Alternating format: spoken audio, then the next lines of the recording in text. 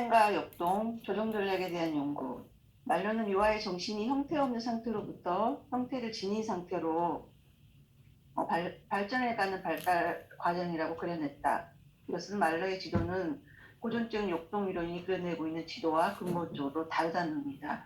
말러에게 있어서 유아는 어머니의 성격 속으로 돌입해 들어갔다가 다시 나옴으로써 인간이 된다. 발달관계에 대한 이론은 긴장의 감소보다는 아동과 어머니 사이의 관계의 양식에 초점을 맞추고 있다. 아동과 어머니의 관계의 질을 강조한 이야기라 할 수 있겠습니다. 말러는 역동 이론은 불필요한 것을 강조하는 이니컷과 달리 자신의 이론을 기존의 역동 이론 틀 안으로 엮어 넣으려고 했다. 말러는 공생이라는 용어를 서로 다른 두 가지 의미를 사용했다. 역동 모델과 관계 모델을 조정하기 위해서 이렇게 의미를 사용했는데, 공생은 유아와 어머니 서로에게 요구되는 특정한 행위와 행동으로 구성된 실제적인 관계를 의미한다. 그래서 하트만의 적응적 관점을 따른다면 공생의 생존을 위해 서로를 필요하는 두 사람 사이의 상호작용 양식이라 할 수 있다. 말러는 다른 저서에서 공생이란 심리적인 현상을 의미한다고 말하고 있다. 또한 공생은 유아의 원시적인 인지적 및 정서적 삶에서 자기와 어머니가 분화되지 않는 상태, 즉 공생적 단계를 특징 짓는다고 말할 수 있으며, 또 그 상태를 퇴행이 일어날 수 있다고 가정하는 추론적인 개념이라 할 수 있다. 실제로 공생이 어머니라는 물질적인 존재를 반드시 필요로 하는 것은 아니다. 공생은 자신과 대상이 하나를 이루고 있다는 심적 이미지라고 할 수 있다. 공생 개념은 아동과 어머니로 이루어진 양자 단일체적 관계 의미를 담고 있지 않다. 공생의 본질적인 특징은 환각적인 상태에서 어머니 표상과 신체적 및 정신적으로 전능한 융합을 이루는 것이다. 공생은 대인관계적 영역 아래서 일어나는 사건인 동시에 외부 사건과는 독립적으로 환상 아래서 발생하는 사건이다. 공생은 아동과 어머니의 행동을 설명하는 개념인 동시에 또한 아동 행동에 대한 초심리학적 설명이기도 하다. 말러는 공생 개념을 현실의 관계와 리뷰드에 대한 내면적 환상 모드를 지칭하는 말로 사용했다. 말러는 공생 대상을 개념을 확립하기 위해 의미 있는 초심리학적, 즉 아동 행동에 대한 관찰과는 별도로 설명을 마련해야 했다. 그런 까닭에 그녀는 대상 개념을 재정해야 했는데, 대상이라는 개념은 프로이트 역동에서 나온 개념이라고 할 수 있다. 여기서 잠깐 우리 쉬어서 우선 숨을 좀 고르고 얘기 좀 나누고 하죠. 말러가 여기서 공생의 개념에 대한 어쩌면 인간 발달 이론의 굉장히 중요한 하나의 이론을 잘 발달시켰는데, 이분이 자아심리학자로서 어떤 프로이드 그리고 나중에 하트만이 중심이 된 자아심리학의 틀 속에 있으면서 본인이 어쩌면 초기 아동 발달 단계에 대한 본인의 observation 데이터라고 할까요? 그래야 아동들을 관찰하면서 아동들이 어떻게 발달하는가 하는 그 발달 과정에 대한 아주 섬세한 연구를 했는데, 그 관찰한 내용들은 굉장히 다 타당한 얘기들이에요. 그런데 이것을 본인이 속하고 있는 자아심리학 그리고 정통적인 정신분석의 틀 안에서 본인의 관찰한 사항을 이론화하려고 하니까 굉장히 큰 어려움이 있죠. 왜냐하면 대상관계에 대한 관찰을 했는데, 그래서 대상관계의 관찰을 초심리학적인 이론으로 가져가려고 하는 과정 속에서 어려움이 생기죠. 그리고 관계 중심 모델과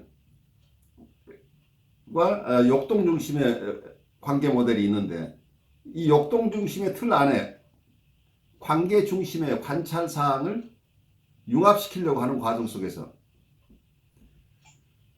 굉장히 애를 많이 쓰고 있는데, 어떤 부분에서는 기존의 자아심리학에서 그 발달을 촉진시키는 여러 가지 훌륭한 공헌도 하지만, 또 한편에서는 자아심리학의 이론의 중요한 개념들을 변질시킴으로써 자아심리학을 공부하는 사람들이 또 혼선을 빚게 만드는 부분도 있겠죠. 본인이 잘 설명하려고 애를 쓰고 있지만, 이게 근본적으로 다른 모델이죠. 대상관계 어떤 관계적인 관계 구조 모델과 역동 구조 모델 사이에 있는 근원적인 차이가 해소되지 않은 상황에서 이걸 어카바데이션 한다고 이걸 조정해내려고 하는 노력이 이게 순탄할 수만 없기 때문에 일정한 부분에서는 논리적인 모순에 빠질 수도 있고 그래서 우리가 합리적으로 예측해서 어떤 일관성 있는 이론으로 우리가 쉽게 받아들이기 어려운 부분도 발생할 수밖에 없겠죠. 이제 그런 점들이 여기에서 계속해서 지적될 거예요. 어떤 부분에서는 굉장히 순조롭게 잘 설명하고 있지만 또 어떤 부분에서는 설명 자체가 굉장히 납득하기 어려운 설명으로 갈 수도 있고 그래서 기존의 개념들하고 다른 개념을 스스로 창조함으로써 같은 얘기를 하지만 실제 내용은 달라지는 거죠. 그래서 우리가 정신분석 공부할 때 어려운 게 같은 자아라는 개념을 가지고도 그 자아가 무엇을 의미하는지가 사람마다 각각 다를 수 있다는 얘기예요. 그래서 기존에 있는 이론의 틀 안에 그 개념을 빌어서 쓰지만 자기의 새로운 이론을 전개하는 과정 속에서는 기존의 개념들에다가 자기의 새로운 데피니션을 불러 넣죠. 그렇기 때문에 나중에 이분들의 저서를 정확하게 읽지 않는 한 이분들 이론을 다른 분의 이론과 구별해서 우리가 이해하는 게 굉장히 힘들어요. 그래서 아마 오늘 또 여러분들이 많이 씨름하게 될 거예요. 그렇지만 이게 어쩌면 쉽게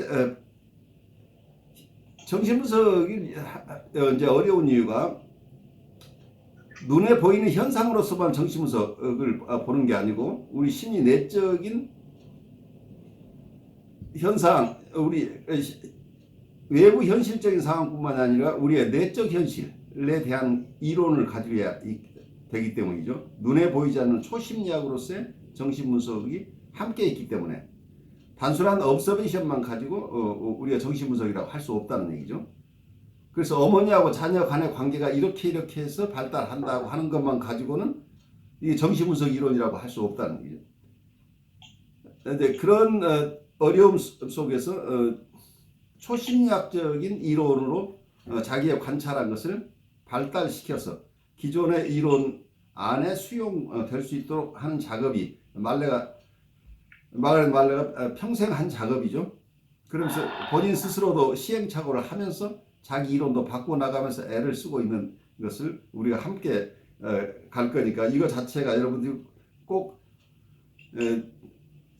이게 맞다 틀리다를 떠나서 한 정신분석가 그리고 하나 인간 발달 이론을 깊이 연구한 분이 기존의 이론과 자기의 새로운 관찰을 융합해 가는 과정 속에서 어떻게 스트러글 했는가 하는 것을 우리가 같이 여행한다는 생각으로 따라가 보죠.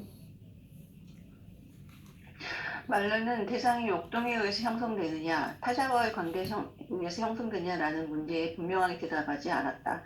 대상은 자신과 타자의 특징을 융합한 것이며 많은 타자들에게 나타난 특징을 하나로 묶은 것이다. 따라서 대상이 역동에 의해서 형성되느냐라는 질문은 본능적 리비도의 집중이라는 측면, 즉 대상관계 온본성 측면에서는 별로 중요하지 않지만 대상이 인지적으로 형성되는 과정이라는 관점, 자아 측면에서는 결정적인 요소가 된다. 대상은 초기부터 심지어 장구간의 기간을 포함하여서 존재한다. 따라서 대상관계는 타자에 대한 지각과 자기에 대한 지각을 구별하기 전부터 시작된다. 이러한 제1론화 작업은 자기의 문제와 직접적으로 관련되어 있다. 프로이트는 자기애를 전적으로 에너지 측면에서 즉 리비도 역동의 변천 과정을 정의하였다. 하트만은 프로이트의 자기의 개념을 수정하였다. 험버그는 정상적인 발달 단계에 대해 언급하면서 자기애라는 용어를 모두 버렸다. 즉 자기애는 자기와 대상이 미분화된 단계 또는 융합의 상태로 이해된다. 이 융합된 자기 표상과 대상 표상의 모체를 리비도의 변천 과정을 설명하는 것은 적절하지 못했다. 말러는 역동이론을 근본적으로 분화시키려 원하지 않았다. 따라서 그녀는 중도적 입장에서 해결책을 찾고자 했다. 연구 전반에 걸쳐서 말러는 자기의 개념에 에너지적인 의미가 내포되어 있다는 견해를 계속 유지했다. 그렇게 함으로써 자신이 하트만을 따르고 있다는 사실을 명백히 밝혔다. 말러에게 있어서 자기애란 자아의 리비도가 집중되는 것을 가리키는 말이었다. 리비도적 관점에서 볼 때 자기애는 말러가 말하는 정상적 자폐 단계에 해당된다. 말러는 공생 단계를 프로이트가 말하는 일체적 자기의 시기 안에 포함시켰다. 그렇게 함으로써 말러는 모호했던 프로이트의 초기시 자기의 개념의 한 측면을 발전시켰다고 할 수 있는데 자기의 개념은 리비도의 변화로 형성될 수 있다. 그러나 다른 한편으로 자기의 개념은 자기애적 대상 선택이라는 대상관계 한 유용으로 설명된다. 우리는 자기애적 대상 선택이라는 용어가 역동무대 틀 안에서는 이론적으로 모순된다는 사실을 지적했다. 말로의 이론에서는 이와 같은 모습이 나타난다. 그러나 그녀는 프로이트와는 달리 자기애에 대한 자신의 이론이 갖고 있는 모순을 해결하고자 했다. 이것은 그녀가 자신이 관찰한 대상관계 유형들을 고전적 초심리학적 틀 안으로 통합하고자 하는 그녀의 조정 전략의 일부이기도 했다. 1차적 자기의 상태에 해당하는 공생적 단계를 설명하면서 말로는 유아의 내면적 상태뿐만 아니라 외부적 행동도 함께 다루었다. 이는 프로이트의 자기적 대상 선택의 개념을 유지하기 위해서였다. 말로는 자기의 개념의 에너지적 측면은 유지하기를 원했다. 그래서 자기의 상태를 여전히 융합된 자기 이미지와 대상 이미지 리비도에 집중되는 것으로 정의했다. 자기에 대한 말러의 이론은 리비도적 관점과 인위적 관점을 동시에 강조했다. 말로는 1차적 자기에 관한 프로이트의 이론을 수정하게 된다. 말러에 있어서 자기에는 자아 리비도가 집중하는 시기에 정상적 자폐 단계에 해당되고 이는 하트만의 견해를 따랐다고 할 수 있다. 말러의 정상적 자폐 단계에서 정신 에너지를 내부로 향한다. 이유는 유아의 외부 대상 없이도 유아는 존재하기 때문이다. 이는 말러가 공생 단계를 프로이트가 말하는 일체적 자기의 시기 안에 포함시켜서 모호했던 프로이트 초기 심리학 자기애를 발전시키기 위한 시도였다고 할 수 있다. 대상과의 첫 번째 관계인 공생적 관계는 융합을 뜻한다. 따라서 그녀에게 있어서 나 아닌 것을 향한 적대감은 공생적 관계 밖으로 향할 수밖에 없다. 유아는 대상을 내부에서 발생하는 불쾌한 감각을 완화시키는 도움이 되는 존재를 인식한다. 말러가 페어배언처럼 유아가 선천적으로 대상을 추구한다고 생각하진 않았다고 해도 그녀가 타자와의 최초의 관계들을 긍정적인 모습으로 간주했다는 것은 사실이다. 이것은 역동이론이 발전된 대상 개념이라고 할 수 있다. 말러는 역동 만족의 지형과 역동의 중립화라는 개념을 통해서 고전적 역동이론을 반기문학적으로 이동시켰다. 이는 역동 모델 이론가에게 방출을 지연시킨 능력은 초기 발달 과정에서 일으켜야 할 가장 중요한 성취이기 때문이다. 말러는 자아심리학의 관점에서 아동의 행동장애를 설명하면서 이렇게 말했다. 만족스러운 정상 자아성장은 아동과 어머니 사이의 정서적 관계에서 결정된다. 그러나 같은 본문에서 그녀는 역동의 통제에 의해 자아가 형성된다고 주장함으로써 하트만을 다시 주장한다. 말로는 기재보다는 조건을 강조함으로써 역동 모델의 범위를 넓혔다고 할 수 있는데 이는 초기 논문에서 말러가 신생아가 욕구의 긴장, 욕구의 만족 상태를 주기적으로 경험하면서 어머니와 자신의 신체를 구별하게 되고 일부 세계에 대한 확신적인 기대를 가지게 된다고 주장했다. 반복되는 욕구의 좌절과 만족을 통해 아동이 자신의 신체에 대한 지배감을 갖게 된다는 말러의 첫 번째 주장은 자아 발달에 관한 고전적 역동 모델에서 기록된 것이라 할 수 있다. 이러한 말러의 주장은 프로이트가 초기인 것 같아요. 초기 자아는 무엇보다 신체 자아라고 한 말을 생각나게 한다. 그러나 두 번째 주장은 반복되는 역동의 만족과 좌절을 대상관계의 질적인 측면과 연결시킨다. 그녀는 이렇게 말한다. 어느 정도 발달이 이루어져서 유아가 긴장을 잠시 유발할 수 있게 될 때, 다시 말해 그가 만족이 올 것이라 확신을 가지고 기다릴 수 있게 될 때 비로소 자아가 존재한다고 말할 수 있다고 말했다. 하트만에게 자아는 역동 방출을 지연시킬 수 있는, 즉 긴장을 유발할 수 있는 정신구조라고 말한다. 말러는 자아를 대인관계에서 발견되는 특수한 속성, 즉 확신을 가지고 만족을 기다릴 수 있는 능력과 동시했다. 자아의 발달 촉진은 타자들의 역할을 강조한 것이다. 즉 아동은 정신적인 의미가 담긴 자기와 타자의 이미지를 마음속에서 불러일으킴으로써 역동을 조절한다는 것이다. 말로의 역동의 중립화 개념도 관계 모델과 많은 점에서 유사하다. 중립화 개념을 창안했던 하트만에게 있어서 중립화는 자아의 기능이었다. 자아는 중립화 기제를 사용하여 역동 얘네들을 본질적으로 변화시킨다. 중립화는 프로이트의 승화 개념을 정교화한 개념이다. 승화와는 달리 중립화는 리비도뿐만 아니라 공격적 역동에게도 적용된다. 자아에 의해 중립화된 에너지는 자아 자체의 목적을 위해 유용하게 사용한다. 역동 모델 안에서 중립화가 갖는 중요성은 그 개념이 인간의 근본 동기를 본능적 에너지에서 찾는 이론을 변화시켰다는 데 있다. 말로는 순수한 본능에서 시작되어 결국 중립화 단계로 끝나는 역동 에너지 발달과 과정을 상세히 설명했다. 자폐기와 초기 공생기에서 유아는 깨어있는 동안 내부로부터 발생하는 긴장을 감소시키고자 한다. 차츰 마음과 밖, 나와 나 아닌 것 사이를 구분하게 된다.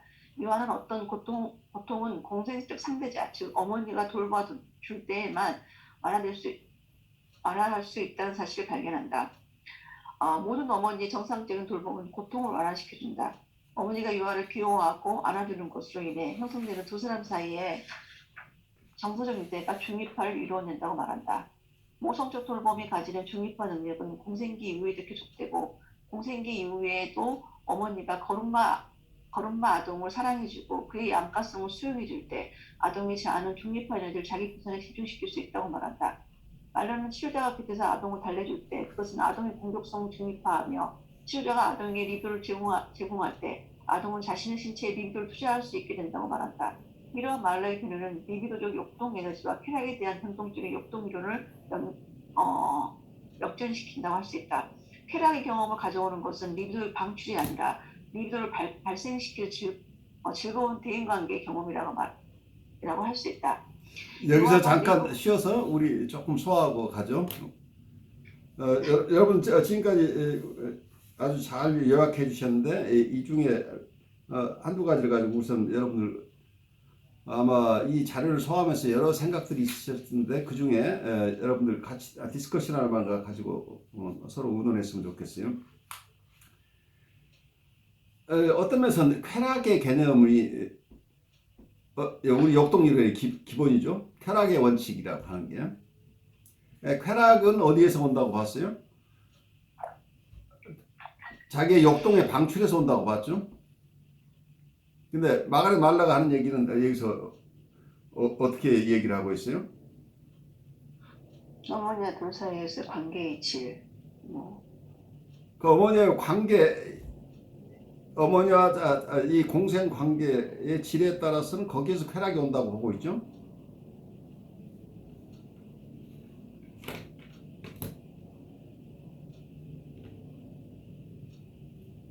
그래서 대인관계의 경험으로부터 즐거운 대인관계로부터 쾌락이 온다. 그리고 공격성도 중립화가 된다. 이런 개념이 오고 있죠. 근데 쾌락을 어떻게 봤어요? 프로이드는 자기의 성적 욕동이나 공격적인 욕동이 방출됨으로써 쾌락이 온다고 봤던 거다고. 이 대인관계로부터 쾌락이 온다는 것을 같은 지금 어떤 면에서 클래시컬한 라인을 벗어나지 않으면서 애를 썼지만 여기서 중대한 차이가 발생하죠. 가장 중요한 쾌락의 개념이 달라졌다고 볼 수 있게 쾌락의 소스는 쾌락은 어디에서 오는 것이냐 한다면 근본적인 부분에서 큰 차이가 발생하고 있는데 그래서 서로 다른 견해가 여기에 함께 있는 것처럼 그래서 자아심리학 속에 숨겨져 있는 전혀 자아심리학과 다른 견해가 이 속에 숨겨져 있다고 하는 거죠. 관계적인 모델이 숨겨져 있는데 이러한 지금 말레 얘기를 들으면서 여러분들은 어떤 느낌이 드는지 조금 나누어 주시죠.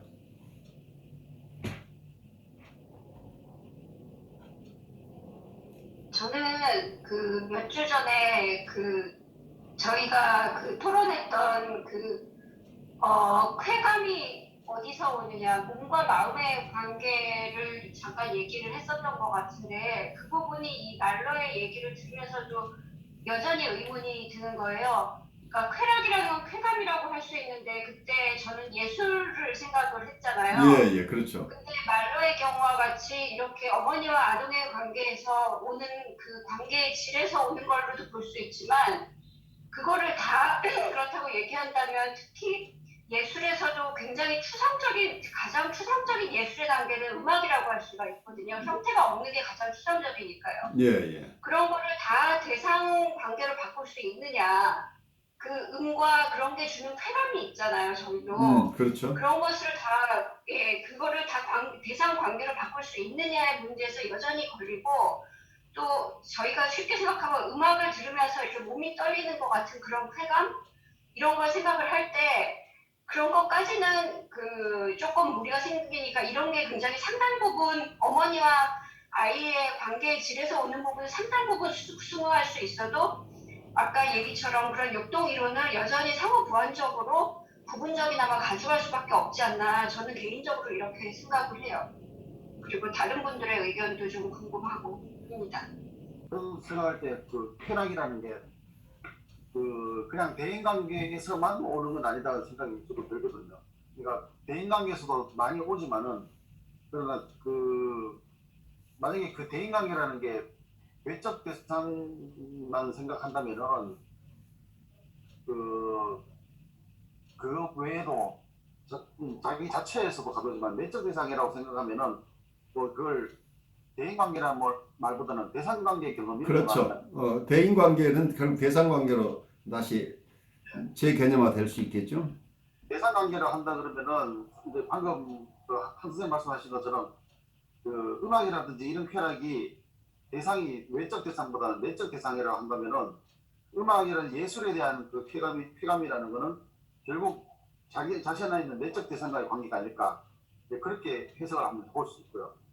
근데 뭐 인간의 삶 속에서 느껴지는 그 쾌감이라는 거는 이런 대상과의 관계뿐만 아니라 어떤 진동이라든지 어떤 진동을 생각하는 게 원래 이게 물질의 가장 지금 현재로서 말하는 게 가장 근본적인 형태가 진동이나 파동이라는 이야기가 있거든요. 그러면은 이제 가장 작은 단위로 쪼개졌을 때 파동이라 그런다면 음악도 원래는 파동이 간 공명과 불협화음을 조화를 이루어가지고 음악의 쾌감을 만들어간다 그러면 존재의 근본적인 무언가가 쾌락을 느끼도록 해주는 것도 있지 않을까 하는 그런 생각도 해요. 그러니까 색깔이라는 것도 파장이잖아요. 파장이라는 것도 어떻게 보면 그것도 웨이브이기 때문에 그 웨이브와 자기 안에 있는 어떤 웨이브 사이에 어떤 공명이 일었을 때 그래서 쾌감이 커진다거나 뭐 이런 인간의 가장 기본적인 것도 있고 심리적인 것도 있을 수 있고 그렇게 생각하면은 대상 관계도 있지만은 자체적인 어떤 존재 때문에 있는 쾌감도 있지 않을까 그런 생각이 듭니다. 어떠면 우리의 현재의 대상 관계 말고 만약에 우리가 무의식의 세계를 비원식으로 무한성과 연결시킨다고 한다면 우리가 현재 경험하고 있는 어떤 대상관계의 원형의 대상관계가 그 이전에 있었다고 한다면 어떨까요? 또 그 대상이라는 건 조금 더 비약을 한다면 요즘은 물질과 파장은 같다고 보죠. 에너지도 어쩌면 물질과 에너지가 어떤 때는 물질로 드러나지만 어떨 때 에너지로 변화될 수 있기 때문에 어쩌면 원초적인 대상과의 관계가 하나의 파장으로 어떤 에너지로 여러 모습으로 또 느껴질 수도 있겠죠. 저는 초기 대상관계, 아까 관계의 질을 이야기하셨잖아요. 그 초기 대상관계 관계 자체가 자기 안에 내재되어 있는 대상이 되는 거기 때문에 그 대상이 사실은 어떤 사물을 바라보는 것으로 자기 안에 내적 경험을 통해서 사물을 이해하고 해석한다고 저는 보여지거든요. 네. 그런 것으로 그게 예술적인 어떤 심리적인 부분, 또 심리적인 부분도 자기 안에 대상을 통해서 바라봐야지만이 공명을 일어날 수 있고 그것을 자기 안에 다시금 재내재하는 과정을 거칠 수 있다고 저는 보여져요. 그래서 초기에 가졌던 대상과의 그런 안정감, 다정함, 따스함, 아름다움 뭐 이런 것들이 자기의 대상의 어떤 심리의 대상이 되어서 그 대상이 결국은 사물을 바라보는 시야가 되지 않을까라는 생각이 들어요. 저는 어떤 생각이 드냐면 그 쾌락이라는 얘기도 뭐 욕동 이런 단어가 아직도 참 생소한데 아기의 입장으로 이렇게 상상을 해보면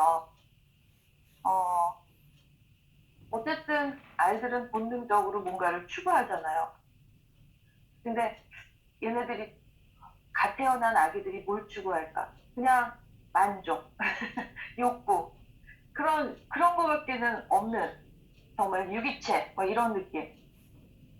그러면 그러한 욕구가 해결되기 위해서는 엄마의 존재가 보살펴주는 존재가 반드시 필요하고 넌지난지 구분이 잘 안 되는 자체적 단계에서 공생으로 넘어갔을 때 그 아이의 아이의 어떤 그 욕구를 이렇게 소화시켜주는 엄마의 역할 때문에라도 아이가 거기서 더 만족을 추구할 수 있는, 그래서 그것들이 그러니까 정서적인 어떤 욕구 충족이 충분히 일어날 때 자아가 발달하지 않느냐. 그러니까 관계적인 관점에서 보면은 결국 관계가 없이는 아이의 자아가 성장하지 못한다는 그런 관점을 좀 더 이해할 수 있는 것 같아요.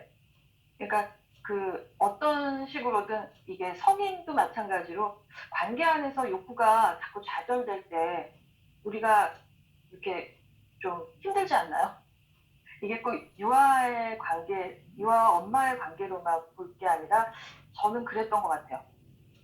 그런데 이 신생아는 성인보다 더욱더 뭐랄까 엄마라는 존재, 보살펴주는 존재가 부재했을 때 그거를 기다릴 수 있는 그런 형편이 아니잖아요. 그 시기는. 예, 그렇죠. 오히려 엄청나게 신체적으로나 정서적으로 고통을 느낄 수 있는 그런 시기잖아요. 그러니까 어쩌면 엄마라는 존재가 아이한테는 어떤 뭐랄까 성장을 위한 필수 조건이다 뭐 이렇게도 얘기할 수 있을 것 같고 아무튼 그러네요. 그래서 이 공생기를 정말 잘 보내는 것이 앞으로 이 아이의 어떤 심리적 성장이든 사회적 관계든 모든 관계 발달에 인간 발달에 정말 중요한 부분이다라고 주장하는 게 저는 되게 설득력이 있다고 생각은 하는데 네. 모든 이것이 정말 이래야 돼 하고 절대적인 건 아니더라도 어느 정도 이렇게 일리가 있는 그런 생각을 합니다. 아주 좋아요. 여러분들 아주 여러 가지 다양한 정서들이나 생각들이 있는데, 그러니까 아이를 우선 처음 바라볼 때 신생아를 바라보는 퍼스펙티브가 각각 다를 수 있죠.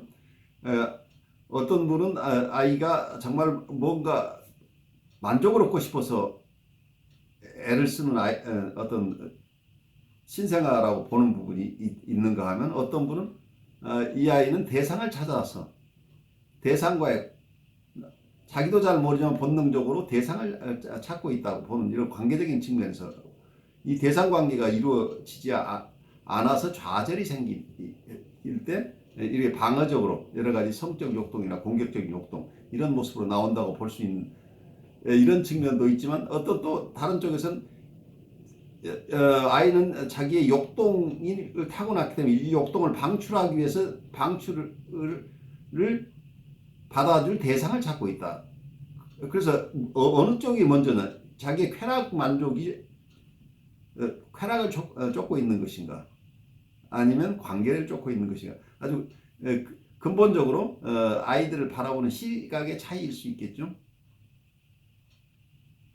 그래서 어느 쪽으로도 다 각자 나름대로 설명을 하고 있는데, 아까 여러분들이 얘기한 대로 어느 거 하나만 가지고 다 만족스럽게 설명하기는 좀 어려운데, 그래서 이 이론가들이 고민을 하는 거죠. 자기가 크게 의존하고 있는 어떤 역동 이론 틀 안에서, 그렇지만 대상관계적인 측면들이 현저하게 관찰되기 때문에 이 부분을 이 역동 이론이라고 하는 것, 이 쾌락 원리나 이런 플레서 프린시플이나 리얼리티 프린시플이라는 이런 쪽, 주로 플레서 프린시플을 가지고 아주 유아기를 설명하려고 하는데, 이때 그런 대상 관계는 어떤 이런 역동 이론의 틀 안에서 어떤 이론적인 설명이 가능한가 하는 고민을 지금 하고 있는 것이죠. 그래서 어떤 면은 여기서 개념적으로 우선 마가렛 말러를 기존 이론과 역동 이론에서 설명하기 굉장히 어려운 부분이 뭐냐면, 공생 단계를 자기애적으로이라고 하는 것이 원래 프로이드의 개념하고 전혀 다르죠. 프로이드에게서는 리비도가 대상 리비도하고 자아 리비도 둘로 나누어져 있죠. 그 리비도가 자아한테 오게 되면 대상에게 리비도가 없고, 대상에게 리비도가 가면 자기에게 줄 리비도가 없다. 이런 개념을 가지고 있어요. 그래서 자아 리비도가 대상 리비도를 서로 전혀 분리된 것으로 보았는데, 이 공생관계에 있다고 한다면 결국 어떻게 돼요? 이 리비도라는 개념을 아까 자폐 단계, 마가렛 말러가 얘기했던 아주 초기 단계가 아이들에게 오티스틱, 노멀 오티스틱 단계라고 했던 것, 어쩌면 정상적인 자폐 단계라고 하는 단계 초기를 자기애라고 얘기하는 것까지는 무리가 없는데,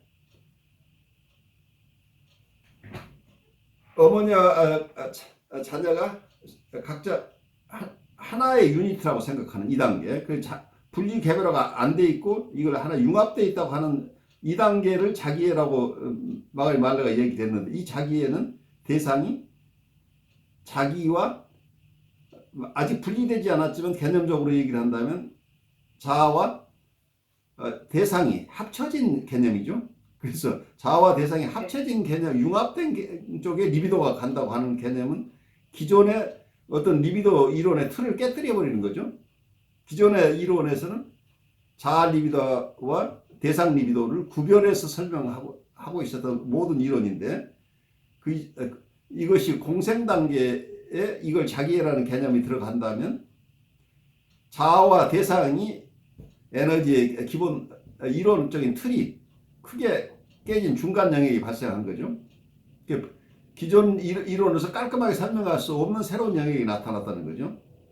그러면 이것을 기존의 이론의 틀과 어떻게 잘 마무리해서 설명할 수 있느냐, 그리고 그것이 설득력이 있느냐, 자아심리학 내부에서 수긍할 수 있는 것이냐, 그리고 또는 대상관계나 다른 이론가들에게도 이게 설득력이 있는 것이냐 하는 고민 때문에 이 마가렛 말러가 고생하면서 자기 이론을 수정해 나가면서 설명을 계속 보완해 나갔겠죠. 그 이론을 좀 더 가보죠.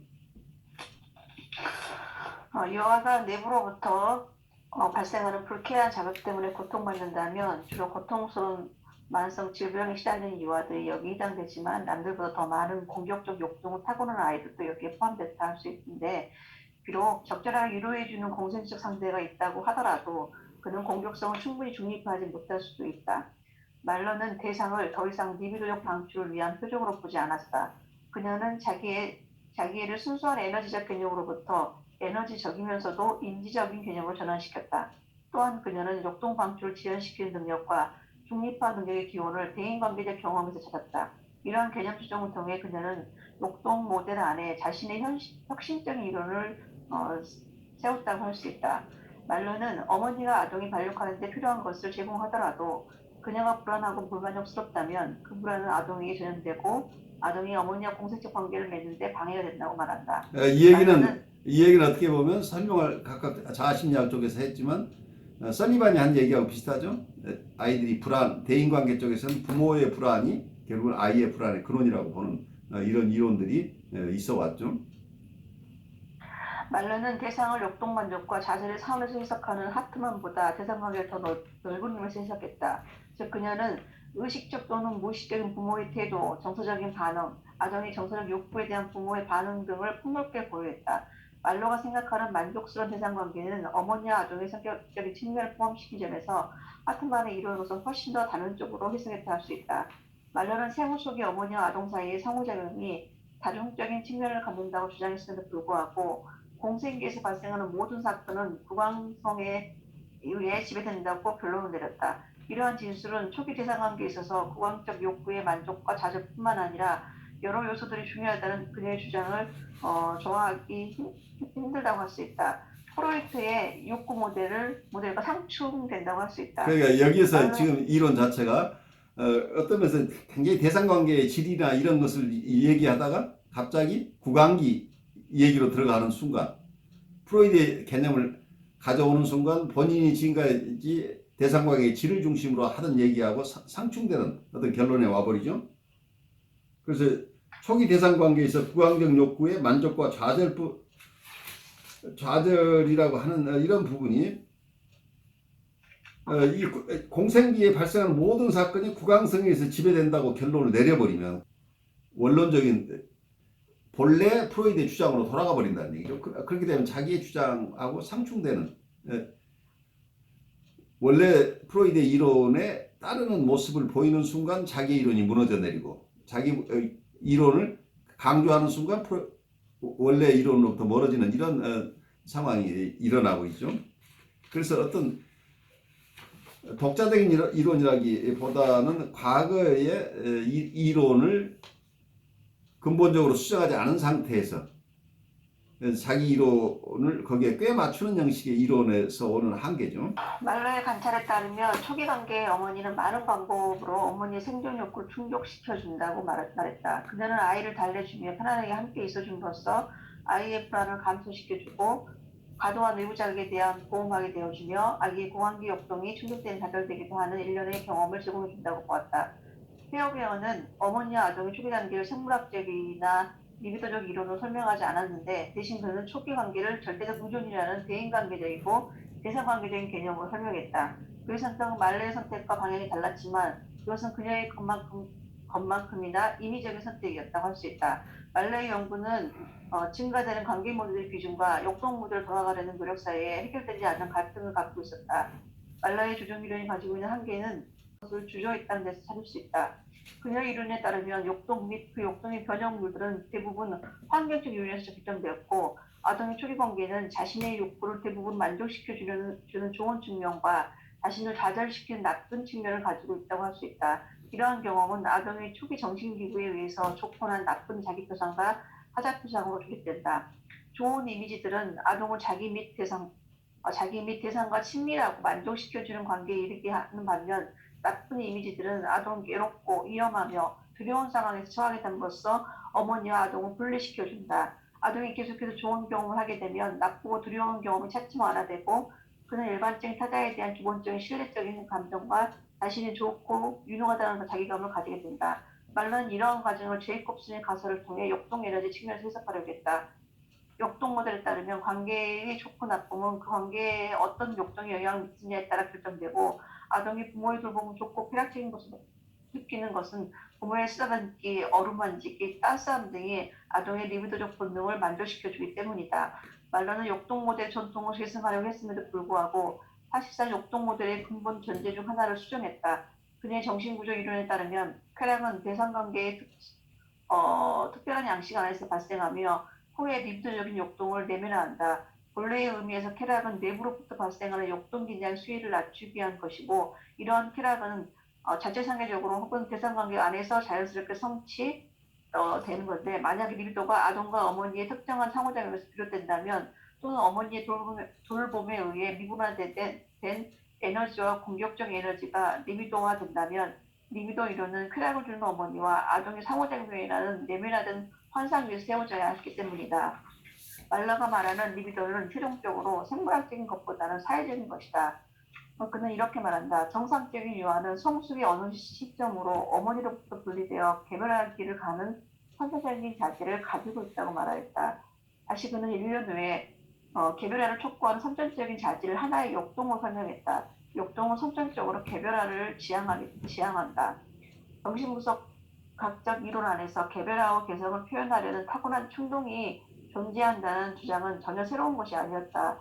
코엇은 그것을 건강한 자기주장 또는 자기 응집성이라고 향하는 개념이라고 말했고 위니카스는 창작이라는 개념을 표현했다. 이는 역동구조 모델 안에서 개별화를 향한 역동은 독립된 세력이 아니라고 할 수 있다. 따라서 개별화의 충동은 고전적 이론의 틀 안에서 쉽게 통합될 수 없었다. 자, 여기서 우리가 잠깐 멈춰서 생각해 보죠. 우리가 어떤 이고사이칼라지 쪽에서는 결국 심리 구조 이론이죠. 마음의 3중 구조 이론, 이고, 이드, 슈퍼 이고라고 하는 게 마음의 기구가 있어서 이러한 마음의 기구가 그 안에 여러 가지 갈등 구조를 형성하면서 이게 우리 심리적으로 여러 가지 우리의 행동을 다 지배하는 이런 역동적인 관계에 놓여 있다. 이렇게 본다면 이드의 어떤 욕구를 이고가 도와줘서 성취시키기도 하고 이고가 이걸 그 욕구를 만족시키지 않는 쪽으로 이렇게 조절하기도 하고 그래서 이고라는 펑션이 있고 또 슈퍼 이고라는 펑션이 있어서 우리의 마음의 기구들이 있어서 마음의 기구가 우리의 행동에 큰 영향을 미친다 이렇게 얘기를 하고 있는데 어쩌면 여기서 대상관계 이론 속에서는 자기라는 개념을 사용하는 분들이 많죠. 그것도 셀프라는 용어를 쓰고 있고, 여기서 이니카시또 참자기라는 개념. 대인관계 쪽에서 많은 분들이 자기라는 개념, 셀프라는 개념을 쓰는 경우에는 대부분 어때요? 여기서는 마음의 삼중 구조 이론보다는 자기라는 셀프 자체가 어떤 주체성을 가지고 이게 서브젝트 기능을 하는 거죠. 이게 마음의 기구, 통합된 마음의 기구처럼 이렇게 설명을 하고 있죠. 그래서 셀프가 무엇을 자기가 원하는 것을 자기가 추구하는 것을 따라간다. 아니면 좌절을 겪는다 할 때 이게 셀프 중심이라는 거예요. 이 셀프 자체가 어떨 때는 위니카식으로 얘기를 하면은 트루 셀프, 폴스 셀프라는 개념이 있지만 이 속에 드러나는 것은 이고다, 이다, 슈퍼 이고라고 하는 개념이 아니라는 거죠. 그러니까 서로 우리 사람들이 하는 행동이나 특히 동기, 모티베이션을 설명할 때 우리 마음의 구조를 여러 개로 나눠서 설명하느냐, 아니면 통합된 하나의 분리되지 않은 하나의 마음으로 설명하느냐가 우선 큰 차이가 있을 수 있겠죠. 근데 이제 이렇게 전통적으로 마음의 구조 이론을 가지고 설명하던 이고 사이칼라지 쪽에서 또 현대 갈등 이론 쪽에 오면은 이 마음의 삼중 구조 이론을 폐기하는 게 오히려 이고 사이칼라지 쪽에서도 하는 게 좋겠다 하는 쪽으로 가는 게 이제 이런 것들이죠. 마음을 나눠서 설명하던 이고 사이칼라지나 클래식한 이론 쪽의 이론이 어느 쭉 발달해 가다 보니까 이게 한계에 부딪혀서 원래 그냥 우리 마음 하나로 설명한다고 한다면 결국은 어떤 면에서는 여기서 대인관계나 대상관계에서 이런 셀프라는 개념을 되돌아간 경험이라고 또 얘기할 수도 있겠죠. 그래서 우리 인간의 마음을 여러 개 구획지어서 생각하느냐, 아니면 전체적인 하나의 마음 하나를 가지고 설명하느냐 하는 게 우선 이론 구성에서 큰 차이가 아닌가 이런 생각을 해요. 근데 참 미묘하게 다 비슷비슷한 얘기를 미묘하게 다르게 얘기해요. 그렇죠? 아니, 그러니까 리비도 이론은 쾌락을 주는 어머니와 아동의 상호작용이라는 내면화된 환상 위에 세워져야 한다. 그러니까 쾌락이 어쨌든 필요하다는 얘기죠. 그런 생각이 잠깐 드네요. 그래서 그러니까 정신분석이라고 생각하려면 심리 내적으로 설명하지 않으면 안 된다고 하는 생각을 가지고 있어서 그렇게 설명해내는 거죠. 그래서 환상 이론들이 나오는 거죠. 판타지 이론이나 그걸 내적 세계라는 얘기를 단순하게 외적인 상황을 우리가 사회학적으로 관찰하는 것 가지고 정신분석을 할 수 없다는 거죠. 우리가 심리 내적인 설명이 가능해야 정신분석이라고 할 수 있기 때문에 그런 설명을 하고 있다 이렇게 이해할 수 있겠죠. 과도기적 이론가로서의 말러, 역동 모델 내에서 이론적 조정의 대부분은 역동 에너지가 정신구조를 형성한다는 발달 이론의 태자들과의 관계 경험, 특히 초기 대응 관계를 포함시키는 시도였다 할 수 있다. 말러의 이론이 등장하기 전에 역동 모델에서는 대상 관계를 단지 오이디푸스 시기에 시작될 때만 완전하고 생생하게 드러나는 것으로 간주했다. 프로이트의 초기 이론에서 오이디푸스 시기 이전의 대인 관계는 단지 역동의 만족과 좌절이라는 관점에서만 이해되었다. 프로이트는 자신의 이론의 역동 긴장과는 상관없이 인류의 특정한 위험 상황을 첨가했다. 말러의 업적은 그녀가 오이디푸스 이전 시기, 즉 대상관계적 환경과 거기서 발달하는 대인관계 경험을 강조했던 점을 볼 수 있다. 그녀는 공생과 분리기별을 하는 두 가지 개념을 사용하여 생후 초기의 아동과 어머니 사이의 폭력들과 또 교류로부터 발생하는 정신적 표상을 설명하려고 했다. 말러는 자신의 서평서 곳곳에서 최초의 정신적 경험을 생후 몇 개월 안에서 심지어 생후 몇 주 안 시작된다고 주장했다. 그것은 현실과 소통하는 개인적인 방식이 시작되는 것은 어머니와 유아의 양대 단일체 형성하는 공생기부터라고 말하는 것과 같다. 개인적 방식은 선천적인 기질과 함께 한 개인의 신체적 정신적 개성을 형성한다. 이러한 관점 제시함으로써 말러는 하트만의 자아심리학과 컨버거입니다. 컨버거, 포드, 조지 클라인, 노울드왈드 같은 현대 이론가들을 연결시켜주는 교량 역할을 했다. 말로는 초기 어머니와 아동의 상호작용에서 형성된 경험적 잔재를 강조하였는데 그럼으로써 그는 후배들의 역동 모델을 대상관계 쪽으로 극적으로 전환시킬 수 있는 길을 예비했다고 할 수 있다. 말로는 어머니가 나타날 것이라는 유아의 확신찬 기대를 유아의 자아 출현의 증거로 보았다. 이것은 클라인처럼 경험과 정신기제를 동일하는 것을 추구했다는 것이라 할 수 있다. 그러나 대인관계 경험과 정신기제의 관계에 대한 말로의 견해는 그녀의 후배들의 견해에 결정적인 차이점을 갖고 있다. 말로는 아동의 대인관계 경험이 역동 모델이 생각보다 더 이른 시기에 시작된다고 주장하였다. 그리고 정신병리는 초기 대상관계 경험에 그 뿌리를 두고 있다고 생각했다. 결국 말로는 하트만의 이론 조토대에서 벗어나지 못했다고 할 수 있다. 초기 역동 모델 초심리학은 대상관계를 구성하는 자기와 대상을 협소하게 이해했다. 주체는 생물학적으로 파생된 충동의 관점에서 이해되었고 대상은 그 충동에 대한 반응의 관점에서 이해했다. 대상관계는 충동의 좌절과 만족이라는 관점에서 뿐만 아니라 자아의 관심, 방어작용, 안전욕구, 소자아 욕구 등의 관점을 설명한다. 대상의 본성뿐만 아니라 주체의 정신적 활동에 대해서 관심을 갖고 있다 할 수 있다. 하트만은 자기의 개념을 재정의하는 과정에서 자기의 개념을 역동 모델 안으로 도입했다. 그에게 있어서 자기는 이론적으로 대상의 표상과 여러모로 비슷한 자신에 대한 표상 또는 내적인 이미지였다.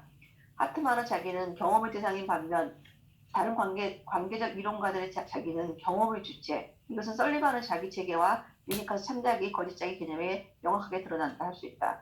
이러한 개념들은 각각 역동 모델에서 온본능, 자아, 초자아 등의 구조가 담당하는 기능을 수행한다 할 수 있는데 이것은 관계 모델과 역동 모델을 비교해 보면 대부분의 역동 이론가들이 자기보다는 정체성이라는 용어를 선호한다고 할 수 있다. 그것은 정체성이라는 용어가 구조적 기능적 의미보다는 경험적 의미를 갖고 있기 때문이다. 대상 관계를 적절하게 개념화하는 데 있어서 자기의 개념은 필수적이다. 실제로 자료에 비춰볼 때 자기의 발달을 대상관계 발달과 분리해서 생각하는 것은 불가능한 일이었다. 말로의 이론적 조정 전략의 자기는 기능적 단위이기보다는 중요한 발달적 성취물이라고 할 수 있다. 말로와 하트만은 자기를 본질적인 자기 표상이라고 표현했다. 그녀는 자기를 안정되게 확립하기 위해서는 대상 표상의 확립뿐만 아니라 정서적 성장이 필요하다고 주장했다. 자기는 대인관계 경험뿐만 아니라 개인적인 성숙을 필요로 한다. 분리와 개별을 하는 말로의 개념은 이러한 발달의 측면을 포괄적으로 설명하는 전체적인 개념이라 할 수 있고 이 분리 개별의 과정의 결과로 전체 인격, 즉 자기가 형성되며 또한 군집성 있는 정체감이 선진된다고 한다. 그러나 말로의 자기 발달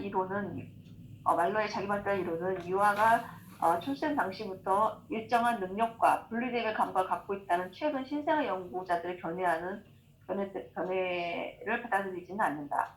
말로는 성에 대한 안정된 감각에 도달하는 두 번째 단계에 대해서 다시금 자신의 기억 전략을 사용하여 설명한다.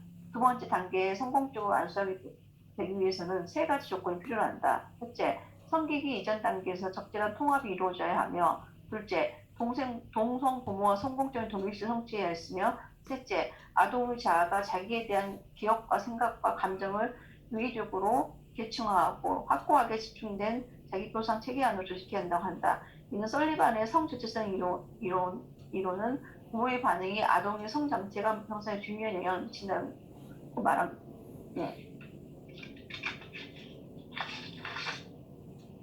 설리반이 말한 거하고 여기 똑같다는 말로 이해하시면 될 것 같아요.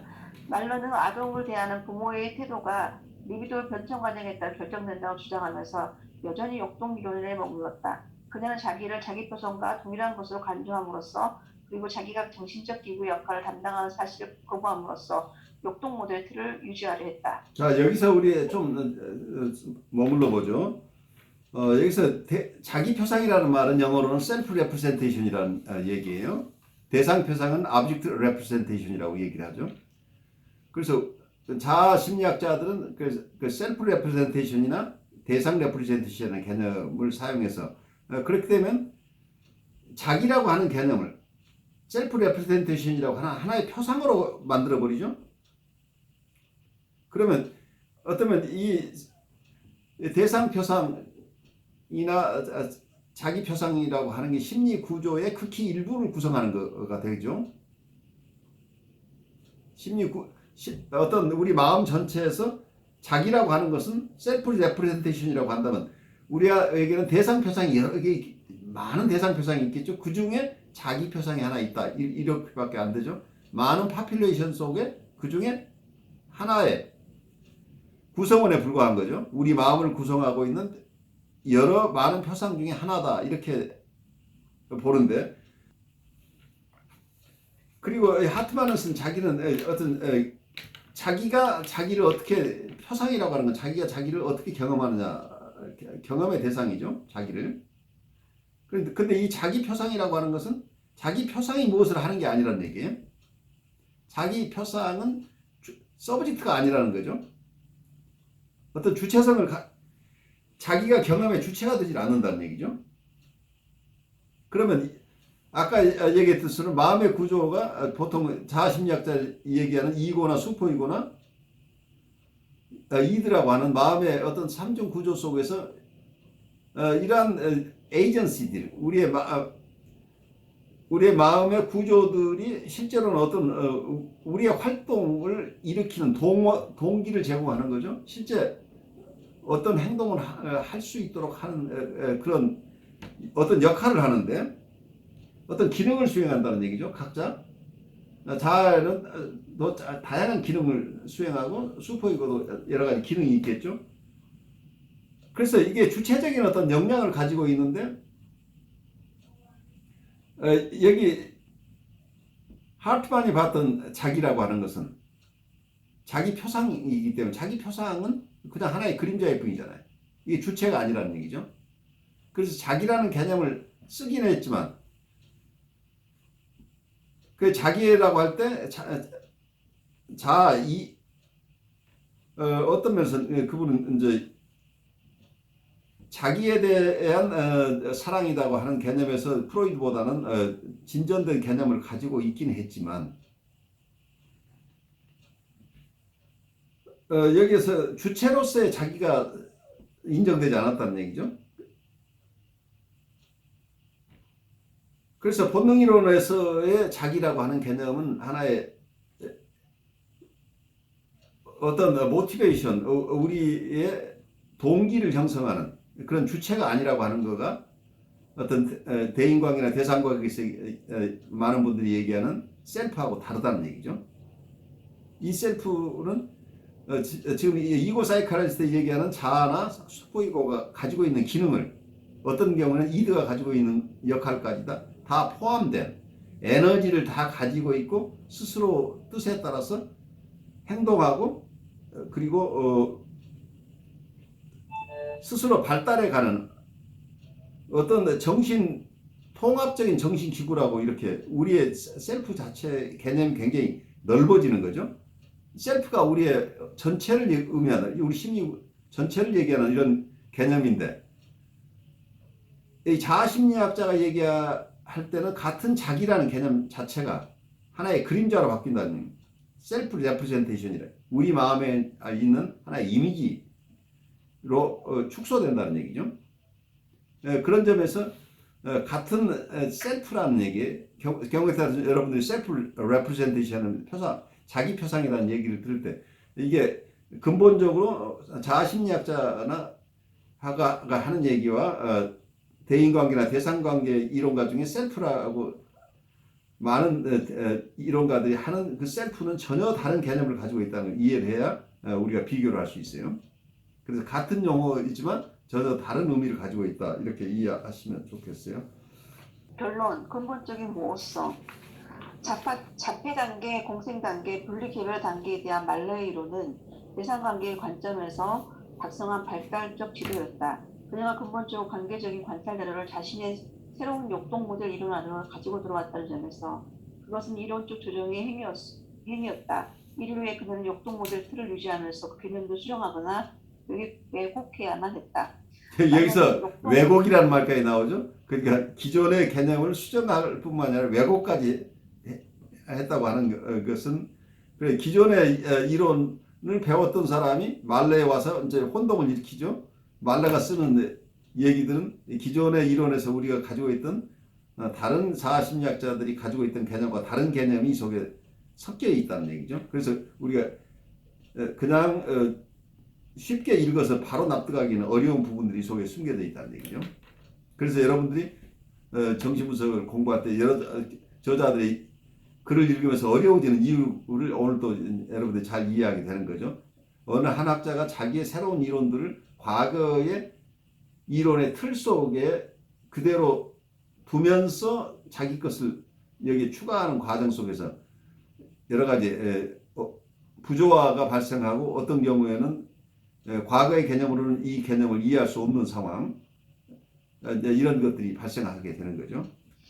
말러는 욕동 모델의 지닌 해석적 틀을 본래대로 유지했는가, 아니면 그녀는 인간의 성장과 발달에 관한 근본적으로 새로운 전망을 도입했는가. 그는 말년에 이르러 말러는 이 질문에 관심을 보였다. 말러는 자신의 기술들 전반에 걸쳐서 분리와 기별화 과정에서 겪는 어려움이 정신병의 원인이라고 말했고, 그리고 관계성적 정리도 초기 관계에서 그 원인이 있다고 주장했다. 논문에서 그녀는 공생 단계 동안 대상과 갖는 관계가 병리적인 성격뿐만 아니라 정상적인 성격에도 중대한 영향을 미친다고 주장했다. 이러한 말러의 주장은 전통적인 역동 모델 이론과는 특히 프로이트와 아브라함의 발달 이론과 전혀 현저하게 달랐다. 말러는 초기 대상관계 경험이 역동 이론을 주목받지 못했던 정신병리, 즉 아동정신병, 관계선적 병리뿐만 아니라 신경증에도 영향을 미친다고 주장함으로써 대상관계의 중요성을 역동 모델의 중심으로 확장시켰다. 말러가 제기하는 역동이론에 대한 의문은 보다 근본적인 것이었다. 인간을 융합하고자 하는 욕구와 분리하고자 하는 욕구 사이의 끝없는 갈등을 재접근하는 시기에 시작된다. 여기 작은 글씨는 지금 말러의 논문에 적혀져 있는 것입니다. 인간의 삶 전체는 잃어버린 공생기 시절의 어머니로부터 거리를 두는 과정이며 그녀를 내사하는 과정이라 할 수 있다. 인간은 현실 속에서나 환상 속에서 자기의 이상적인 상태를 영원히 동경한다. 이러한 동경은 어린 시절 더없이 행복한 상태에서 자기의 유부녀였던 전적으로 좋은 공생적 어머니의 융합을 그리는 것이다. 말러는 공생, 분리, 그리고 개별화의 문제들을 단순히 이제는 밝혀지지 않았던 정신병의 원인 또는 이미 잘 알려진 신경증의 원인을 보지 않았다. 그녀는 인간의 딜레마를 해결하기 위해서 오이디푸스적 대상을 포기해야 하는 필요성 대신에 변화하는 대상관계 가능을 다루어야 한다고 생각했다. 그래서 말러에 의하면 아이가 대상에 이착하는 것은 욕동의 만족 때문이 아니라 타자와의 완전한 관계에서 얻어지는 다정함, 안전함, 그리고 쾌락의 전체성 때문이라고 말하고 있다. 좋습니다. 여기까지.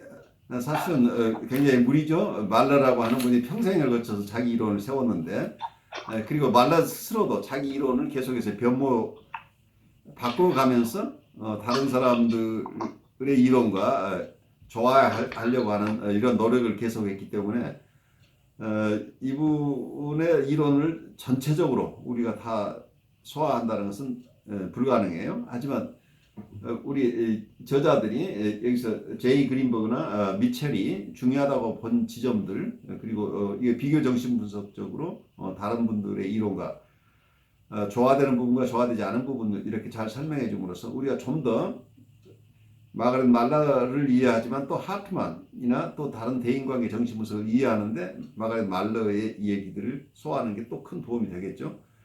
오늘 말러의 이 중요한 어떤 이론들을 다루면서 여러분들 느꼈던 것을 우리 함께 나누는 시간 좀 갖죠. 저는 교수님 그 분리개별화라는 말을 교수님 강의 때나 슈퍼비전 때 많이 들어왔잖아요. 예.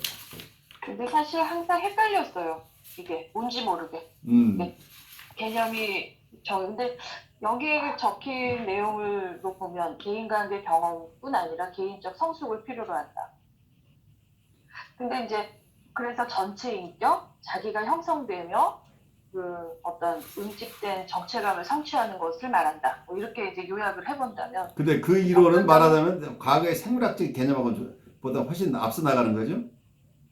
그렇죠. 그 점에서 어떤 거의 코우세의 이론이나 아니면 다른 어떤 대인관계 심리학자들이 하는 얘기하고 비슷한 얘기들을 여기서 하고 있죠.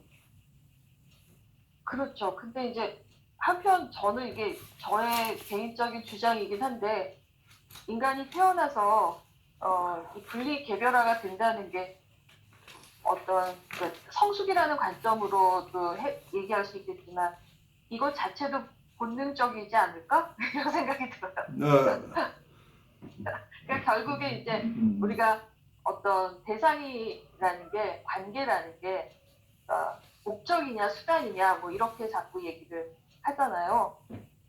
근데 어떤 경우는 두 가지 다다. 아니다. 수단이다. 아니다. 목적이다. 막 이러는데 어쨌든 그거를 다 아우르는 거는 결국 전체 인격이 자기를 형성하는 과정에서 보게 된다. 근데 저는 오늘 그쪽으로 더 많이 보게 되는 것 같아요. 네, 그래요. 그 아주 재밌는 얘기죠.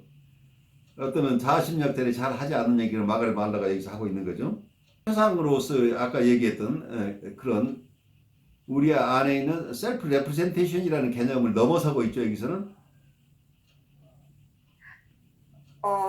제가 이제 왜 이런 생각을 하게 됐나 생각을 해보니까 최근에 만났던 어떤 케이스인데 이상하게 그분이 하는 얘기를 듣다 보면 내가 되고 싶은데 왜 자꾸 방해를 했냐 이러면서 화를 내는 것 같아요. 그렇죠. 그러니까 내가 이렇게 주장하면 이게 맞는 거지 뭘 자꾸 딴지를 거냐 막 이렇게 야단치는 것 같아요. 그분이. 그래서 이렇게 그분을 듣다가 이 사람이 자기의 정체성을 향해서 나아가고자 하는 욕구가 저렇게 갈망이 높을까. 그런데 그걸 성취하지 못했다고 저렇게 분노하는구나. 그런 생각이 들었거든요. 그렇죠. 그러니까 치매적인 대상들에 그렇죠. 대한 분노가 계속 네. 있는 거죠. 그러니까 어떤 면에서는 우리가 다른 이론가들에서도 들었던 얘기들이죠. 아이를 우선 만족시켜주는 엄마가 있지만 또 하나는 아이를 방해하지 않는 환경으로서 어머니가 중요하다고 하는 거죠. 그 환경으로서 어머니가 존재한다고 하는 것은 그래 만족을 시켜주는 어머니와 함께 환경으로서 어머니가 필요한 이유는 아이의 그걸 뭐라고 할 건 정체성이건 아니면 자기라고 얘기를 하건 아이 스스로가 자기를 주장하고 싶어하는 것, 자기 스스로의 본래의 모습으로 성장하고 싶은 욕구. 아이는 그런 의식은 없겠지만 뭔지 모르지만 네, 자기 뜻대로 하고 싶은데 그 뜻을 그때 가로막는 어떤 대상이 있다고 한다면, 그리고 자기 생각과 상관없이 임핑징한다고 표현하는데 침해하는 대상을 계속 경험하기 때문에 아이 입장에서는 자기가 원하는 대로 성장할 수 없는 이런 딜레마에 빠지게 되겠죠. 그래서 어른이 돼서도 계속 누군가 자기를 침해한다고 느낀다고 한다면 어린 시절부터 자기를 보호해주지 않았던 환경에 대한 반감이 전이 속에서 계속 상담자에게 느껴지고 있을 가능성이 있죠. 교수님, 근데 저는 이제 오늘 예를 들어서 생각나는 것 중에 하나가 셀프가 도대체 뭔가라는 생각을 다시 한번 해보게 되거든요. 그래요. 근데 셀프 자체가 굉장히 모호하다는 생각이 들었어요. 굉장히 모호하죠, 셀프가. 모호한데 그게 말하자면은 그 전체 이야기에서 나오는 것을 종합해 보면은 결국 셀프라는 자체는 우리의 심리적인 모든 것을 통합한 것이 셀프가 될 수밖에 없는데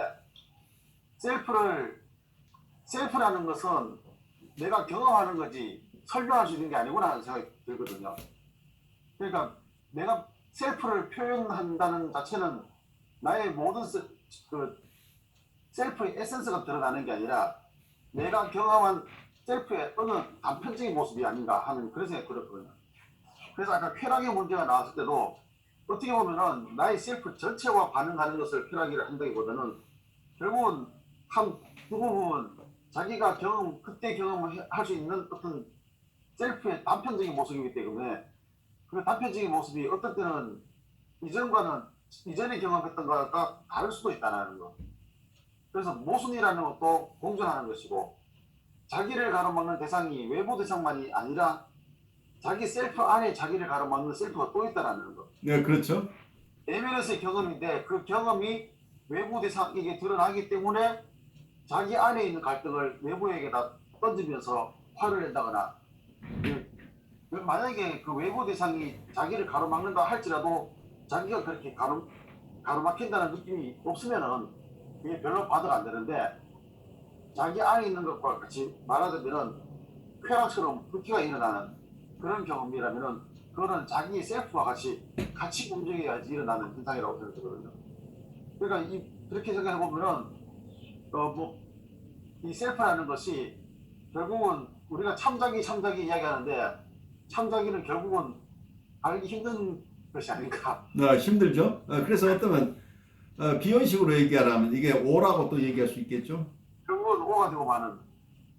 그러니까 그거를 비혼도 그래서 그 오를 명확하게 개념을 말하지 않은 것도 어차피 말해봤자 오의 단편적인 것이지 오의 전체가 아니라 에센스가 아니라 그 단편적인 것밖에 될 수 없으니까. 그러니까 우리가 오를 알 수 있는 것은 뭐냐면 비혼식으로 얘기하면 우리의 오가 우리를 인카운트하는 흔적만 우리가 느낀다. 그게 정서적인 어떤 영역에 남아있는 게 감각 자료, 센스 데이터로 남는다. 센셜 데이터라고 봤던 부분이 뭔가 또 비오는 어떤 신체적인 어떤 우리 것으로 봤는데 뭔가 감각적인 것으로 정서의 흔적이 남아있다. 이제 이런 개념이. 그래서 이거 자체 감각만, 신체 감각만 가지고는 뭔지 그걸 우리가 생각을 재료로도 되지 않고 아니면 우리의 꿈으로 가져올 수도 없고 이런 애매모호한 거기 때문에 이것을 소화하는 능력을 알파 펑션이라고 그래서 이게 알파 요소로 갔을 때 꿈으로 꿀 수 있고 생각으로 가져올 수 있고 이렇게 그래서 알파 요소라는 개념을 사용을 했는데 문제는 이런 경험들이 어디서 오느냐 하는 것을 오가 지나가는 흔적이라는. 그럼 오라고 하는 것을 뭐로 볼 것이냐 할 때 이걸 트루셀프라고 볼 것이냐 아니면 무한성 물 자체 하는 아니면 이데아 형태 여러 가지 개념으로 얘기를 하지만 신성이나 무한성 이런 어떤 신비적인 요소로 설명할 수도 있지만 또 하나는 우리가 잘 알 수 없는 우리 스스로의 트루 셀프라고 얘기를 할 수도 있기 때문에 이 개념 자체가 비혼의 개념 속에서도 나오는 것은 우리가 우리 안에 있는 실체를 만나는 게 어렵다는 거죠. 그걸 만날 수 있는 것은 우리의 정서의 진정성을 통해서만 만날 수 있다. 그 정서를 통해서밖에 이해할 수 없다. 그런데 우리가 만났던 오는 이발빙 오라는 계속해서 진화하는 오기 때문에 우리가 만났다고 하는 그 오는 이미 우리가 이것을 우리가 꿈꾸거나 생각하거나 기억하거나 하는 그 시점에는 이건 오의 흔적이고 실제 오는 이미 다른 형태로 진화하고 있을 수 있기 때문에 영원히 우리가 오를 다 안다는 것은 불가능하다. 이런 얘기로 흘러가죠. 그래서 지금 우리 강 목사님이 얘기한 셀프를 알기 어렵다고 하는 것은 충분히 우리가 이해가 할 수 있겠죠. 제 생각에 아까 부연을 한다 그러면은 그 셀프라는 자체의 그 쾌락이든지 불쾌라든지 이런 것들이 말하자면 통합적 심정망으로 한다면은 그 불쾌나 쾌가 자기 자신에게 공존하는 것이기 때문에 결국은 모순된 모습 자체가 자기 안에 그대로 통합적으로 나타나는 것이지 의식적으로 만약에 자기의 어떠한 부분을 가지고 이것이 나의 셀프다라고 말하는 그 순간 우리는 어떻게 보면 거짓자기가 될 수밖에 없다는 그런 생각이 드는 거죠. 내가 좋아하는 것 이것을 내가 좋아한다고 그 쾌락에 대해서 한 가지만 말하게 되는 순간 사실은 그거는 모순에 빠진 인간의 모습이 아닌가 생각되고 예술이라는 것도 결국은 쾌와 불쾌의 밸런스가 예술이 나오는 것이지 쾌만 해가지고 나오는 것도 아니고 불쾌만 가지고 나오는 것도 아니라는 생각이 들어요. 분노하는 것도 쾌와 불쾌가 합쳐져 있어서 분노가 일어나는 것이지 그냥 불쾌한 정서만 가지고 우리는 분노라고 하기는 곤란하지 않을까 그런 생각이 저 굉장히 역동적인 지금 셀프를 얘기하고 있죠. 살아있는 모습이죠. 그런데 어쩌면 우리가 만나는 오라고 하는 것이 우리가 사람을 볼 때 그림자를 보죠. 그리고 흔적이라고 비혼이 표현했다고 한다면 그건 하나의 그림자라고 하는 오의 그림자. 근데 우리 어쩌면 태양의 고도에 따라서 그림자는 길어지기도 하고 짧아지기도 하고 그리고 이 물체나 사람이 움직이는 데 따라서 그림자가 바뀌죠. 그래서 우리가 그림자를 통해서 이 물체를 상당 부분 짐작할 수는 있지만 그 그림자만 가지고 우리가 5를 다 만났다고 얘기할 수는 없겠죠. 강 목사님 얘기 듣다 보니까 그 얼마 전에 제가 융 책을 그 옛날에 잘 못 읽어갖고 읽다 보니까 융은 자기와 자아를 자기가 더 상위 개념이고 자아는 더 하위 개념으로 그 정의를 했다고 거기 나와 있더라고요. 그래서 자아는 무의식적인 것도 포함은 하지만 의식적으로 떠올릴 수 있는 나의 경험, 의식적으로 떠올릴 수 있는 그런 정신적인 것들을 얘기하고 자기는 훨씬 더 포괄적으로 이게 개념화되는 거예요. 그래서 융이 집단 무의식이나 원형 뭐 이런 개념도 설명을 했잖아요. 근데 그게 읽다 보니까 우리가 한민족의 집단 무의식 이런 것만 얘기하는 게 아니라 우리가 우리 생에 태어나가지고 제가 0세부터 지금까지 경험한 이런 거 이전에 흘러내려오는 것까지도 포함한 어떤 무의식에 흐르는 것 이런 것까지 포함한 게 자기에 이렇게 뭉뚱그려져 있다. 그래서 나라는 셀프를 이룬다. 이렇게 얘기를 했는데 그거를 읽고 위니팟의 참 자기 같은 개념도 그런 면으로 조금 더 이게 이해가 더 될 수 있지 않을까 하는 생각이 들었었어요. 어떤 비혼의 개념이나 이런 것들이 융의 개념과 우리가 상통하는 부분도 꽤 있겠죠. 그래서 예. 서로 오고 가지 않을 뿐이지 서로 다른 것으로 아마 우리가 기회되는 대로 융 공부를 우리가 한 번 더 해도 좋을 것 같아요. 여러분들이. 너무 좋죠, 교수님. 여러분 생각은 어때요? 융 공부 우리가 한번 하면 좋아요. 너무 좋아요. 너무 좋아요. 다른 분들은 어때요? 좋습니다. 우리 다음 학기에 너무 그러면 좋죠. 이 시간에 융 공부를 한번 해볼까요? 너무 좋죠. 좋습니다. 찬성. 그래요. 그러면 이게 항상 그쪽의 분석 심리가 어렵다고만 생각하는데 이쪽이잖아요, 결국. 이 정신분석. 그렇죠. 결국 정신분석인데 프로이드의 온고집 때문에 정신분석으로 인정을 안 해줬을 뿐이에요. 그 분석심리라고 돼 있지만 사실은 정신분석이죠. 그래서 미국의 NAAP에는 융 분석 인스티튜트들이 다 들어와 있어요. 그 정신분석으로 들어와 있어요. 융은 어느 한쪽으로 가고 프로이드는 또 많은 제자들하고 아주 폭넓게 정신분석을 발달시켰지만 융 라인의 생각 속에도 굉장히 귀중한 인사이트들이 많이 있겠죠. 그래서 어쩌면 여러분들과 같이 저도 공부를 한번 할까 싶기도 해요. 여러분들이 원하신다면. 그래서 그냥 융 공부를 처음 시작하는 것도 중요하지만 어쩌면 여러분들처럼 정신분석 쪽에 이런 다양한 공부를 하신 분들이 융을 읽어야 융을 바로 이해하지 않을까 싶기도 해요. 저도 이게 들으면서 그런데 이제 저한테 몇 가지 들어오는 어떤 그런 문장들이 있었지만 먼저 어떤 자기라는 개념을 먼저 제가 느낀 걸 짚고 넘어갔을 때 우리가 좀 전에도 또 선생님들이 말씀하셨지만 한 단면을 가지고 판단할 수 없다는 거죠. 그래서 저는 개인적으로 봤을 때도 이게 통전적이고 통합적인 존재로서의 자기를 보는 입장이 저는 맞다고 생각하기 때문에 근데 그 통전적인 홀빙이라는 어떤 그러한 존재에서 오는 그 입장들이 그게 단순한 어떤 개인적으로 경험되진 것보다도 초기 여기도 아까 말로도 이야기했지만 초기 대상과의 관계 속에서 경험되어지는 것들이 또 그러한 부분들을 형성하는 거기 때문에 단순한 어떤 일정적인 부분을 가지고 우리가 판단하고 그것을 자기라고 이야기할 수 없는 것처럼 제가 받아들이기에는 어떤 말로라는 이런 입장에서 봤을 때 이러한 부분들이 전체적인 통전적인 입장에서 이거를 보고 가는 게 맞지 않나 생각되어지는 것 같습니다. 그랬을 때 제가 오늘 이걸 들으면서 저에게 다가왔던 몇 가지 어떤 게 뭐냐면 정서적인 관계라든지 또 정상적인 돌봄이라든지 또 적절한 통합 이런 것들이 저한테는 좀 굉장히 좀 다가오는 것 같고요.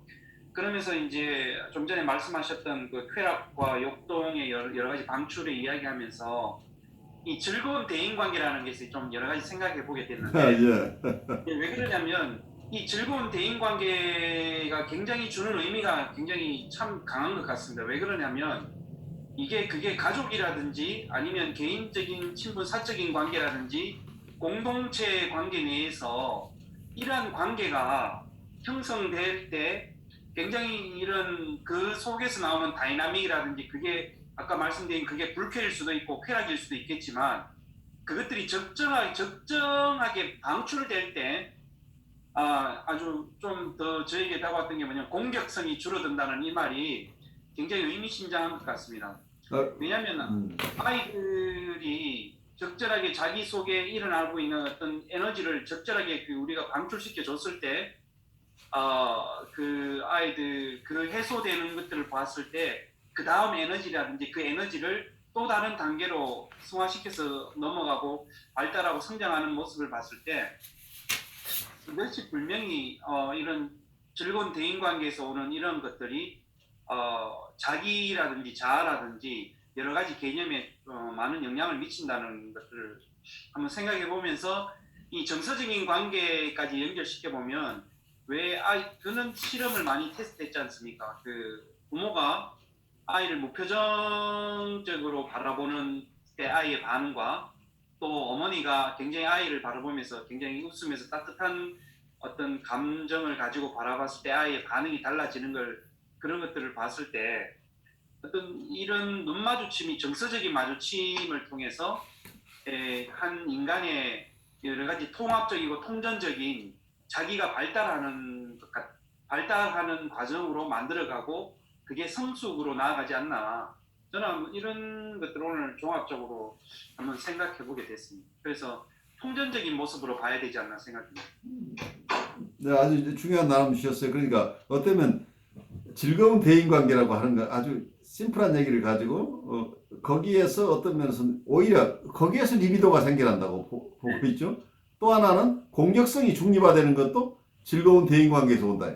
관계가 좋으면 공격성은 오히려 중립화돼서 에너지로 되고 그래서 리비도가 생겨난다. 오히려 이런 개념이죠. 그러니까 어쩌면 욕동이 만족돼야 쾌락이 온다고 하는 개념은 아니면 쾌락이 먼저 있어서 대인관계로부터 쾌락이 있으면 공격성은 줄어들고 리비도는 늘어난다. 이런 개념으로 가는 건 전혀 다른 어프로치죠. 그러니까 욕동 이론을 설명을 했지만 실제로 설명해내고 있는 것은 대인관계나 대상관계 이론을 설명해내고 있다는 얘기예요. 그래서 우리가 이분의 이론 틀과 실제 영향을 미치고 있는 이론의 내용은 다른 거죠. 틀은 욕동 이론을 가지고 있지만 설명해내고 있는 것은 대인관계와 대상관계를 설명해내고 있어서 우리가 이분을 이론적으로 잘 따라가기는 무척 힘든데 실제 이분이 주는 인사이트는 굉장히 파워풀해요. 그래서 이분의 분리개별화 이론들은 사실 임상에 엄청난 영향을 미친 거죠. 그리고 다른 학자들에게도 계속해서 영향을 주고 있는 거죠. 그렇지만 또 실제로 제 경험으로 의하면 이분이 얘기하는 어떤 단계 이론, 공생기로부터 그리고 분리개별화도 1단계 연습기 그리고 다시 재접근기 이런 것이 실제로 그런 어떤 여러 단계들을 엄밀하게 구별해서라기보다는 공생이라는 기간이 얼마나 중요한가. 그래서 공생 기간이 어떤 것은 2개월에서 3개월이냐 아니면 1년 반 전체를 볼 것이냐 2년으로 볼 것이냐 하는 이 기간이 중요한 게 아닌 것 같아요. 공생이라고 하는 것을 너무 세분화해가지고 공생 기간을 아주 짧은 기간이면 아티피셜하게 보는 것 자체가 조금 무리인 것 같아요. 제 느낌은. 공생 기간은 사실은 아이가 분리개별하게 되기 전체를 공생 기간으로 봐야 되지 않느냐. 거기에서 연습기, 접근기 이런 것들은 하나의 분리개별화의 과정의 마지막 단계를 얘기하는 거고 그 이전 단계를 통틀어서 어떤 공생관계라고 봐야 되는데 이 초기 단계 보통 프로이드가 봤던 구강기 단계에서의 장애 요인들이 생긴다고 하는 그게 가장 큰 정신적인 어려움을 가져온다. 그래서 우리가 보통 얘기하는 정신분열증 환자들은 대부분 프로이드식으로 하면 구강기고 여기서는 말러식으로 얘기하면 여기서 공생기 때 발생한다. 이제 이렇게 볼 수 있겠죠. 근데 공생기를 실질적으로 생후 몇 달부터 몇 달까지 공생기간으로 볼 거잖아요. 현대정신분석 이론에서는 너무 그렇게 세밀하게 따지지 않고 분리개별화가 확실히 일어나지 못하고 있는 그 기간, 어쩌면 공생이 있어야 될 기간이 공생이 잘 되지 않았던 기간에 더 포커스를 맞춰요. 그래서 공생의 부재에 더, 그러니까 이거 기간이 의미가 별로 없죠. 왜냐하면 정신병리 현상에 있는 분들은 공생기에 겪어야 됐던 대상과 자기가 융합되어 있었던 그 경험이 없었다고 하는 것 때문에 힘든 분들이니까. 그래서 이분들이 이 기간으로 퇴행을 하거나 아예 처음부터 이 기간을 넘어가지 못해서 고착되어 있거나 이런 현상이 있다고 할 때는 어떤 공생을 몇 달에 마치느냐가 중요한 게 아니고 정상적인 발달에서 하는 얘기고, 어떤 정신병리적인 측면에서 본다면 그러한 공생기에 건강한 엄마가 해주었어야 될 경험을 아이들이 그 시절에 하지 못해서 평생 어려움을 겪고 있는 분이라고 한다면 이 기간이 언제부터 언제까지가 중요한 게 아니고 임상에서 새롭게 이런 경험을 해야 된다는 거죠. 결국은 이게 몇 달에서 몇 달이 중요한 게 아니고 실제로 원초적인 모성몰두의 기간들이 필요한데, 그래서 완전히 아이와 엄마가 하나로 느껴졌던 이 정서의 기간, 그래서 아이가 안전하게 보호받으면서 사랑받았던 그 경험이 원초적으로 없는 사람들은 그 경험을 상담자를 통해서 다시 해야만이 아주 힘든 분들은 이 과정을 겪어나간다. 이 어려움을 벗어날 수 있기 때문에 아이들이 발달하는 과정에서 몇 달에서 몇 달 사이의 공생기간의 의미보다 제가 볼 때는 정신병리 측면에서는 충분하게 아이를 잘 키워주는 어머니들이 가지고 있었던 그 모자 간의 관계의 질을 지금 상담자들이 어떻게 제공하느냐, 사후적으로 오히려 이제 그게 더 중요하지 않나 싶어요. 교수님께서 얘기하신 이 내용으로, 이 관점으로 내담자들을 보면 거의 대부분 맞아요. 네. 그 틀에서 벗어나는 분들이 그렇게 많지 않은 것 같아요. 심하게 병원에 올 만한 정도의 분들은 대부분 그런 환자들이라고 보여요. 네, 그렇습니다. 그러니까 결국 뭐 내용은 뭐 반대하고 막 사람마다 스토리가 다 다르고 히스토리가 다르지만 본질적으로는 그쪽으로 모아져요. 초기 대상 관계. 초기 대상 관계죠, 결국. 네, 그리고 안전하지 않았던 거, 돌봄을 못 받았던 어떤 좌절, 거기에서 오는 분노, 공격성들, 이게 또 사회적으로 표출되지 않아서 혼자서 막 난리가 난 상황들.